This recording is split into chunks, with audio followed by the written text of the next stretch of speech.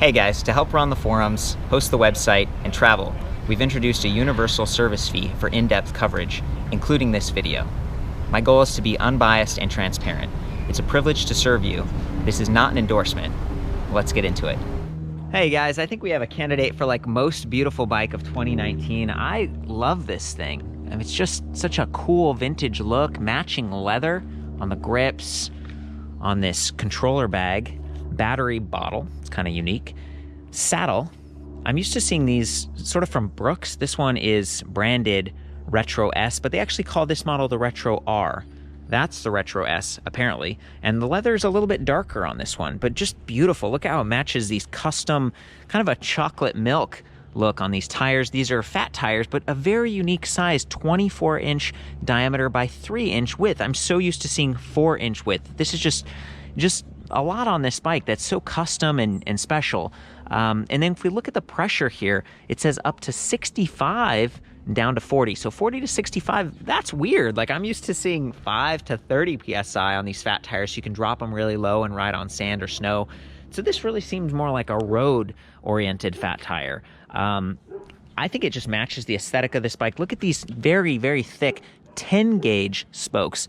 I'm used to only seeing up to 12, and usually it's only on the rear wheel to handle the forces of like a hub motor. And this does have a hub motor, 500 watt. They say up to 90 newton meters of torque, which I'm like, I don't know, that's a lot. Normally like motors and stuff give you 50 newton meters of torque, and that's about what they said for this one. This is a 250 watt motor, a little bit lighter. That's probably 7 pounds or something, and this is probably like 9 pounds. It's a fat bike specific, a little bit wider to support those wider rims. Just beautiful. Look at this stainless steel frame, kind of a double tube design to allow you to hang that battery, keeping the weight low and center.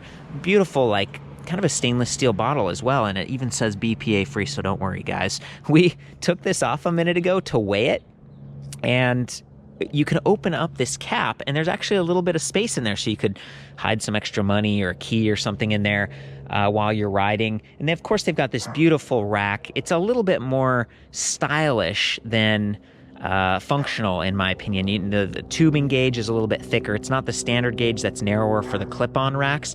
It doesn't have like a rectangular YEP window. It's got these cool like chevrons here, but it does say 25 kilogram max weight. That's about 55 pounds. Not too bad. And then with those nice big tires, you get stability, you get a little bit of comfort, but 24 inches lowering the frame. So the standover height on this one's actually a little bit lower than on that. It only comes in one frame size, high step design with these nice flowing lines, just really beautiful that way. If you were someone who wanted a little bit more comfort than just the tires, you could swap out this 28.6 millimeter seat post, and you could get like a little suspension post. And they do sell one. I think it's the SR Suntour NCX suspension post. You know, maybe it's like $100 or something, and that'll give you a little bit more comfort, and they sell it in silver. Okay, so for me, that's kind of nice. You keep everything matching like this. You've got silver crank arms. I think these ones were 165, so they're a little bit shorter, and that raises the clearance a little bit since the frame is lower with the 24-inch wheels. Welgo aluminum alloy platform pedals, also silver. The narrow versions, I kind of prefer the big fat ones myself. My feet aren't super big, but see how these are a little narrower? It might help you squeeze through cars or through doorways, and that could be useful because these battery bags, while they are removable, you kind of got all these quick disconnect points and stuff you have to mess around with, and they don't lock to the frame. So it's not quite as convenient as like a battery that just clicks onto the frame. It has a keyed locking core. These are a little bit more vulnerable to me. Also, the leather, I mean, this is a brand new bike. It looks beautiful. It's a sunny day, but over time, if it gets dried out, or maybe you're stepping over the bike and it gets scratched, and then it starts to crack over time, there's a little bit of weight hanging on these. This top one's supported by that secondary top tube, but the bottom one, you know, look at these two little leather straps right here. That, to me, is a big red flag, because this is fairly heavy. I think it was 6.5 pounds or something like that. Same battery capacity, by the way, lithium-ion battery. That bottle, the same battery capacity as in this bag. And they kind of recycled that bag design for the controller over here. So things got flip-flopped a little bit. 48 volts, 8 amp hours, 384 watt hours, so just below 400. That is not a ton. considering it's a 500-watt motor and a bike that's like 67.9 pounds, a little bit heavier. That's a 50-pound bike. So to me, you know, there's some question marks about range on this thing. Yes, it's efficient. You got those smooth tires and stuff. You got the higher PSI, which is nice, but you only have a single-speed drivetrain. So if you got caught on this thing and the battery was completely dead and you were trying to go up a hill, there's only that one gear ratio, and it might be a struggle. That's sort of what I'm thinking. We got a dog who's like excited about this too, so maybe we should just walk the bikes that way. While we do, this is a 2-amp charger that it comes with, same charger for both bikes. If you look at that charging point, it kind of looks like a Radio Shack charger or something. I'm not used to seeing this. It's not quite as fast as some of the newer chargers, but you know, at 1.3 pounds, it's compact and fit into a backpack.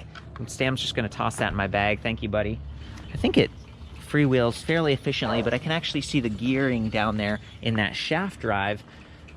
Maybe a little bit of friction there, a little bit of a noise. When Sam was riding this earlier, it was kind of a sound. So yeah, kickstand, love that it has one. Don't love that it's in the center of the frame, because you get pedal lock. So not only does it scratch up the kickstand, which is silver to match, beautiful, but you can't back it up easily. So like if you're in a garage situation, you're backing your bike up, there you go, you get the pedal lock, and you have to kind of pick the frame up and spin the wheels a little bit. Love that they've got these 100mm wide, beautifully matched steel fenders. So they're not stainless steel like the rest of the frame. I think, you know, if they get scratched or something, you get a little bit of rust over time. Even stainless steel over time get a little bit of rust. There might be some vibration dampening qualities because of the stainless steel frame. And then we have a stainless steel housing on that headlight with a glass yellow lens. Just beautiful. These are the wire wraps I was talking about. There's these black curly ones and then a matching leather one. You know, picture communicates 1,000 words, right? So you're hopefully you're getting an idea as I walk around this bike. Look at this fender support arm is bent so it goes around that disc brake caliper right there. These are mechanical disc brakes, 160mm rotors, front and rear. And that's one of the areas where I was going pretty fast. These bikes, you can kind of unlock the display system and get into the top speed setting. I was going like 25 miles per hour, pedal assist and throttle mode. That's fast. And then when you brake, it was a longer braking time because they aren't hydraulic.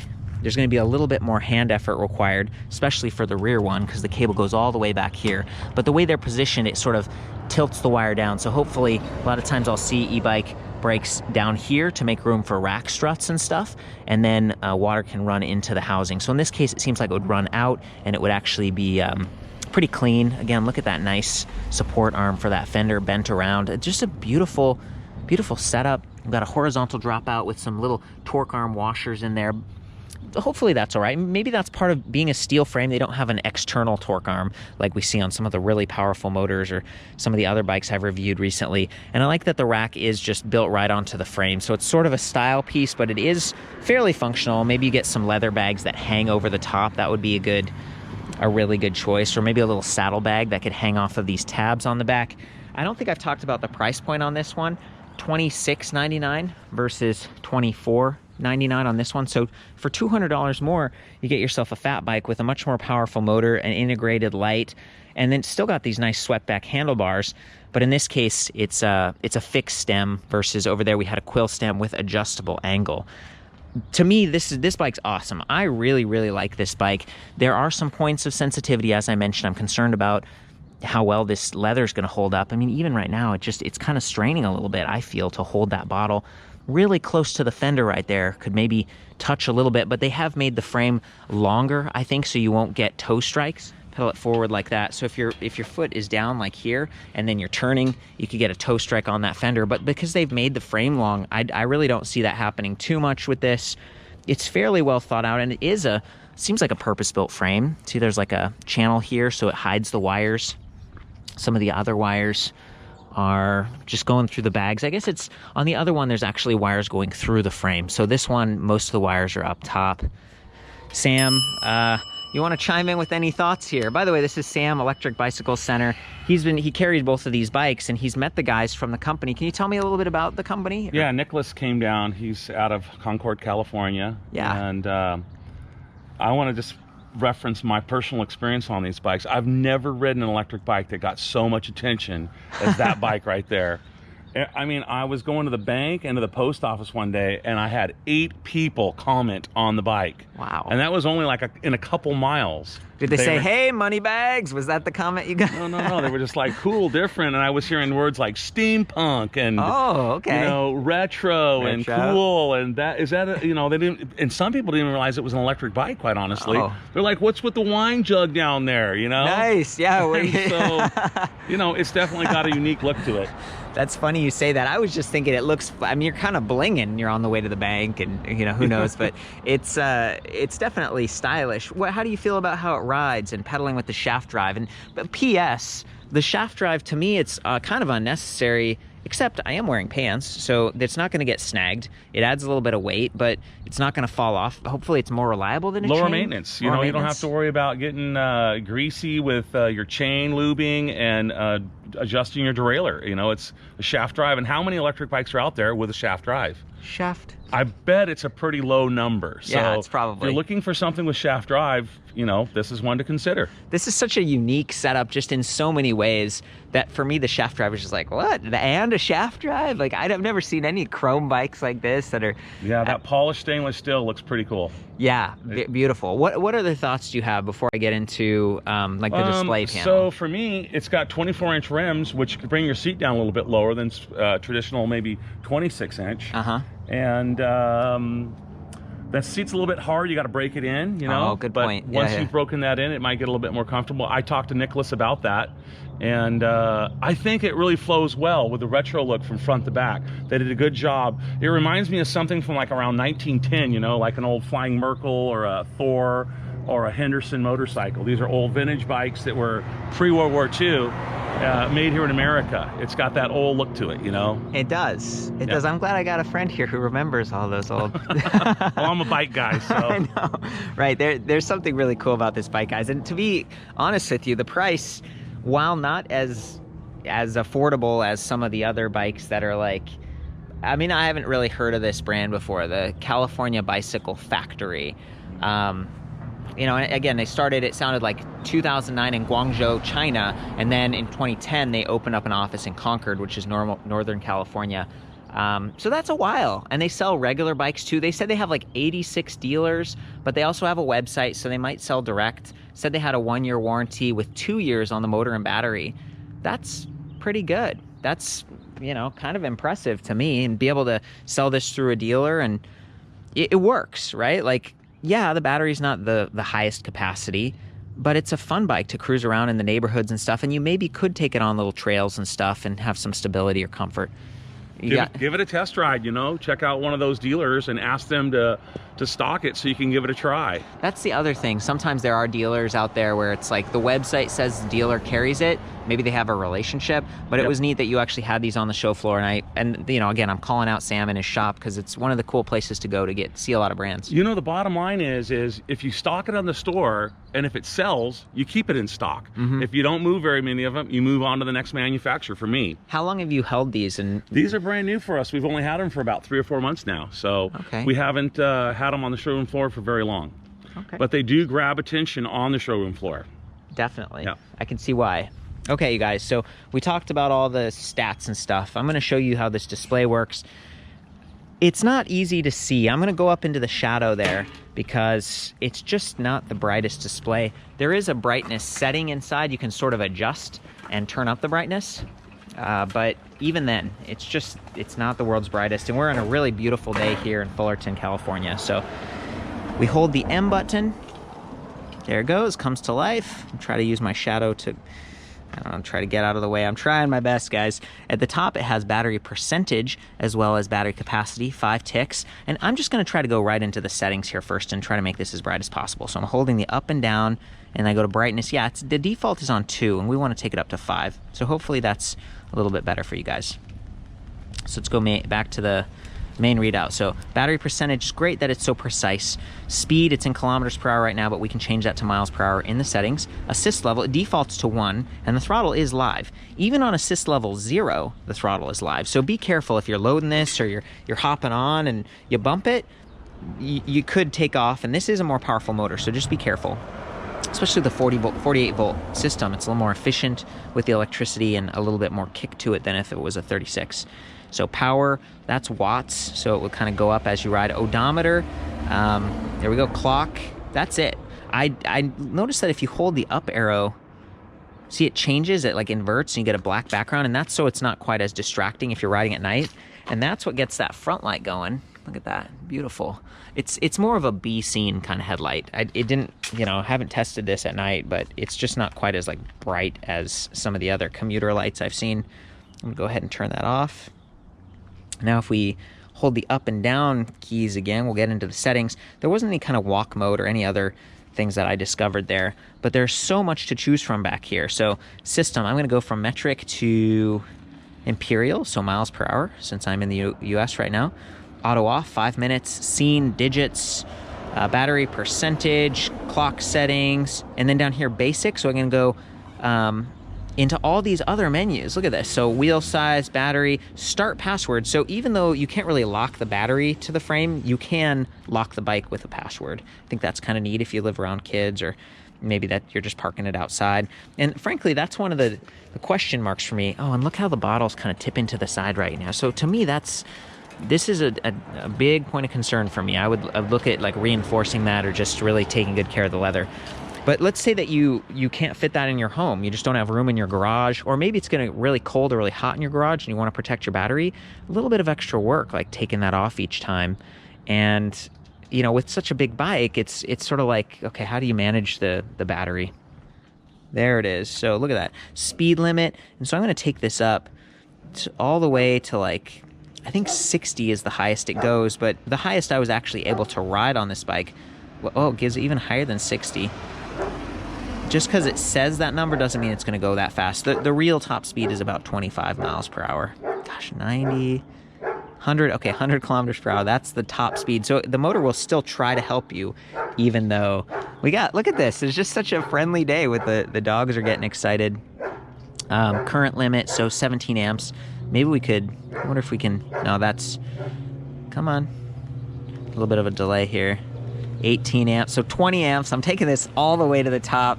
Power limit, 1,500 watts. Okay, so we're just like, you're gonna see how powerful this thing can be. I'm gonna be riding on the street. I do have my motorcycle license, but technically we're turning this into a moped right now. And in some ways that's cool, but in other ways, if you're riding on bike paths, or if you're riding, you know, off-road, you might be turning this into like a class 4 or like unclassified e-bike. By default, I think it's 20 mile per hour class 2, because it does have that throttle. Start mode 0, driver mode, start strength. There's just a ton of stuff. Next page, this thing is so deep. Throttle level, clock, key, anti-jam. I don't even know what that means. Exit. Exit. So 3 layers deep. Okay. Okay. Here we go. Sam. A lot of information there, Corey. It's nonstop. I mean, there was just a gentleman in Sam's store. He's like, "You're the e-bike guy." I was like, "Yep, that's me." And he was like, "Thanks for going so deep, because like I want all the details." Are you You recognized it? Are you okay being on camera? Thank you. Yeah, it's the same shirts for the past 6 years, guys. I'm really making them last. In fact, we watched you last night demonstrating this bike. That bike, which one is that? It's the Magnum. The Magnum. Up in Utah. They do a good job. Yeah, those guys invited me out and stuff. Are you thinking about getting e-bikes? Actually, Yeah. we have. actually have. You're upgrading. Bought one from him a couple of years ago. No, I've had customers, and I did this delivery to a gal, and her brother was wondering what she was doing. It was like 3 o'clock in the morning, and she was in her bedroom, like watching Court's videos. And he's like, "What are you doing at 3 o'clock in the morning on the internet?" You know? She's like, "I'm watching Court's videos." Well, thanks, you guys. I'm doing my best. In this case, I just wanted to show these lights. See how they kind of blink a little bit. They're motion sensing. And then the display panel, now that it's a little bit dark. That's it. I hope you guys find an awesome bike. And thanks for the props. I'm glad you enjoyed it. Rock on. Thank you for all those great reviews we've been watching for a very long time. Aw, you're welcome. Take care. Thank you. We're at 20 minutes right now. I haven't even hopped on the bike. But I mean, this is our chance, right? Like, when am I going to see this bike again? You might not have it at your local dealer. Perhaps they can get it for you, but they don't stock it. my goal is just to be thorough. Absolutely, and there was a lot of information on that display, which a lot of other bikes don't have half that ability to switch and change and tweak. They don't even let you in. Yeah. So is there any other thoughts before I take a quick little... Let's do it. Let's go. Okay, I'm going to go all the way up to assist level 5 and then just show you the motor.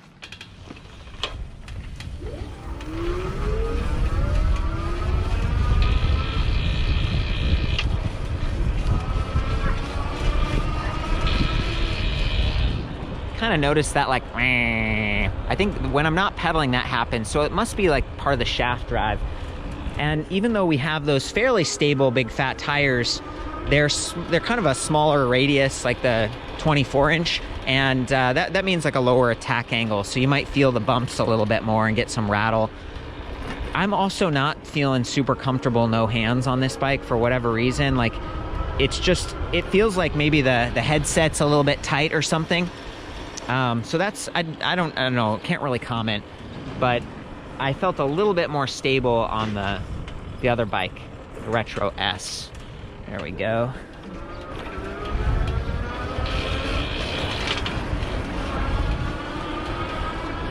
Pretty nice seating position though, very upright, comfortable. It's feeling good.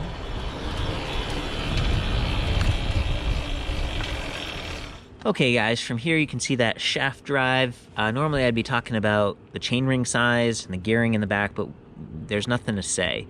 Feels pretty comfortable, around 16, 18 miles per hour. And that's also how the Retro S feels with the bigger wheels. With the smaller wheels here, there might be maybe it's a little bit lower speeds where this feels comfortable. I don't know, it's kind of an interesting situation because you can raise that top speed, and in which case it turns into kind of a scooter and you're going to be beating eggs if you're trying to keep up. The shorter 165 millimeter crank arms, we got square tapered spindles, so it's not a fancy like mountain bike higher end stuff. It's kind of basic, but unique, and you can see the gearing there a little bit, and you might hear some of that like that we were talking about. It didn't do that on the Retro S, so maybe it's just this one, perhaps it's the plastic or the gears. I don't really know. You know, I didn't feel a ton of drag. I meant to call out, like, the motor power cable goes down, and it has a pretty sharp bend here to get around this, you know, shaft housing. That's going to protect it, almost like a derailleur guard would, but it does have that sharp bend, so just be careful. You know, you don't want to have that break, because then your motor isn't going to work. And the motor had this like DKY label on it, but it might be a Bafang fat tire motor. So anyway, 500 watt, let's do it. I'll be in the highest level of assist here, pedal assist 5.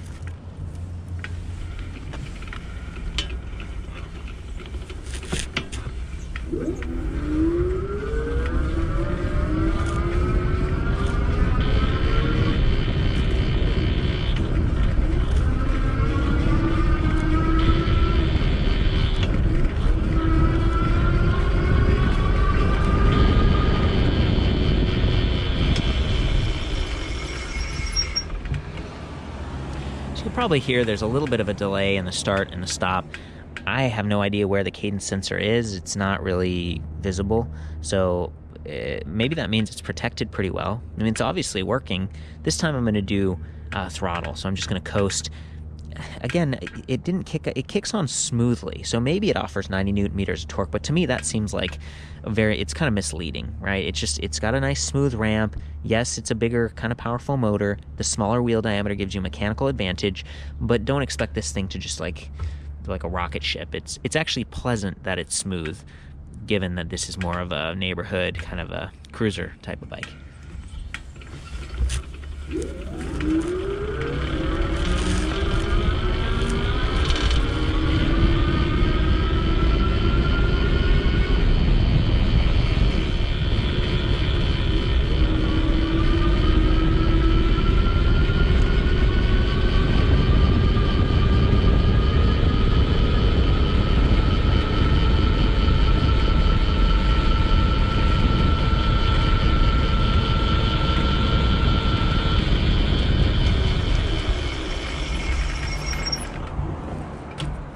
Okay, you remember I said we unlocked everything, right? Like watts, top speed, and the fastest that it would go right there was 24.5 miles per hour. I'm 135 pounds, And this is a flat street, no wind or anything. So that's probably the fastest you could expect this to go.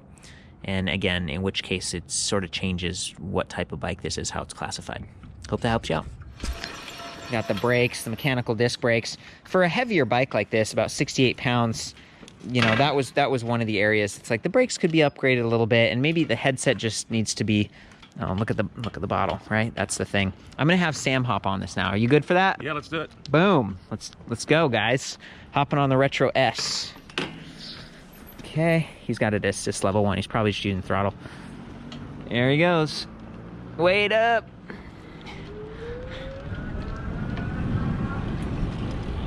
Looking good, dude.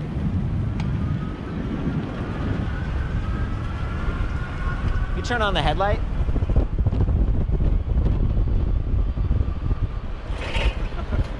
Oh boy. There we go. I just think that thing looks so rad.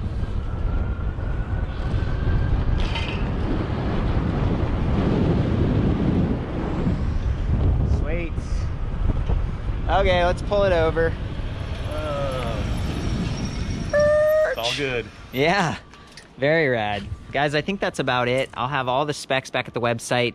I try to memorize them and say it all on camera, but there's other stuff like minimum saddle height, standover height, width, length, and I welcome your feedback. Like maybe you've seen this bike before, you've test ridden it, or there's something I got wrong. Just let me know, right? Like the idea is to get the best information out there, trying to be objective, hanging out with a friend, having a wonderful day. Get out there, be safe, have fun. We'll see you out there. He said it. See you next time, guys. All right.